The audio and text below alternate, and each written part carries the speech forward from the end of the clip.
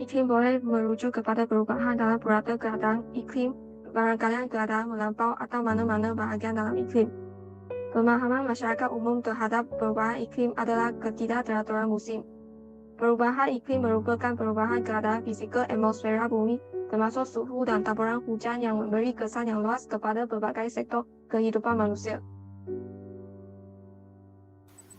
Manusia lebih mementingkan proses penularan sekarang untuk manfaat ekonomi tanpa merancang tempat berhijauan relevan di kawasan bandar.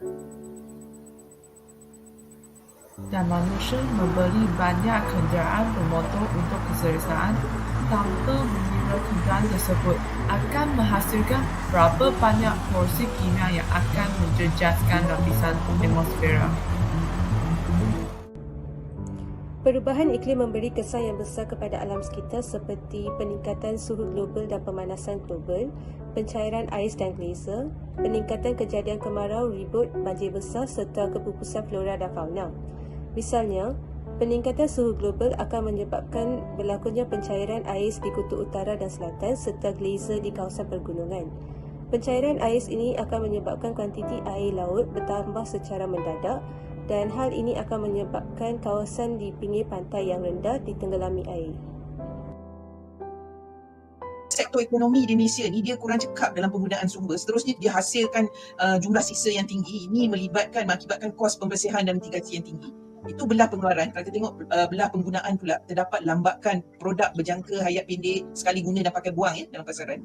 Dan produk tersebut juga mengandungi campuran bahan kompleks yang semakin meningkat, termasuk plastik dan bahan berbahaya, mengakibatkan sisa tersebut sukar untuk kita uruskan dengan selamat.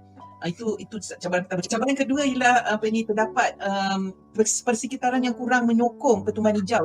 Ini termasuklah pelibatan pelbagai pihak berkuasa dengan perundangan yang berbeza lah dalam pengurusan sumber asli dan alam sekitar. Of course, kalau soal tanah semua itu di bawah kuasa kerajaan negeri, that would add a layer of complexity.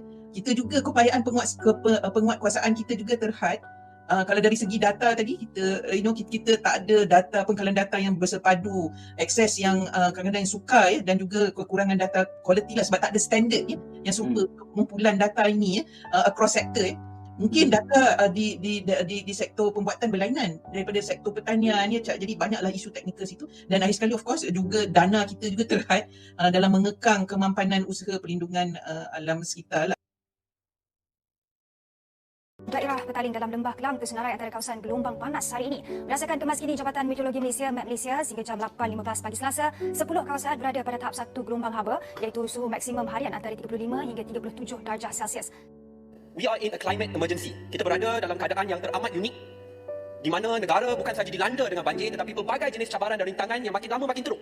Sebelum ini di Pahang contohnya banjir besar hanya berlaku paling banyak pun sekali setahun.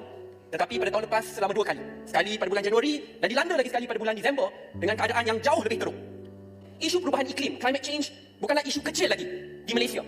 Tetapi harus diangkat dan harus diiktiraf sebagai isu nasional yang wajib diambil kira oleh semua parti politik, pemimpin politik, korporat, badan-badan yang lain.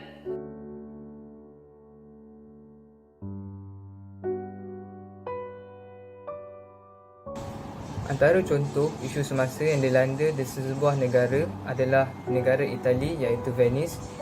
Sejak beberapa tahun kebelakangan ini, akibat daripada berlakunya perubahan iklim global telah menyebabkan bandar Venice dilanda kejadian pasang surut yang luar biasa sehingga melanda banjir di seluruh bandar Venice sehingga telah menyebabkan bandar tersebut diisytiharkan darurat oleh pihak UNESCO. Ini dapat dibuktikan sehingga mencecah 1.54 meter akibat kenaikan paras laut punca daripada berlakunya perubahan iklim dan akhirnya seluruh bandar tersebut dilanda kebanjiran. Selain isu semasa yang berlaku di Venice, Itali, Bangkok, Thailand juga adalah sebuah negara yang menghadapi perubahan iklim yang teruk. Menurut laporan media Thailand, ibu kota Bangkok yang terletak di hulu teluk Thailand mempunyai ketinggian purata hanya 1.5 meter dari paras laut. Pada masa ini, kadar penurunan tanah di Bangkok sangat cepat dengan purata tahunan tenggelam 1 sehingga 2 cm. Manakala, Purata kenaikan paras laut tahunan adalah kira-kira 4 mm. Selain itu, menurut Bank Dunia, menjelang tahun 2030, 40% daripada Bangkok akan ditenggelami air.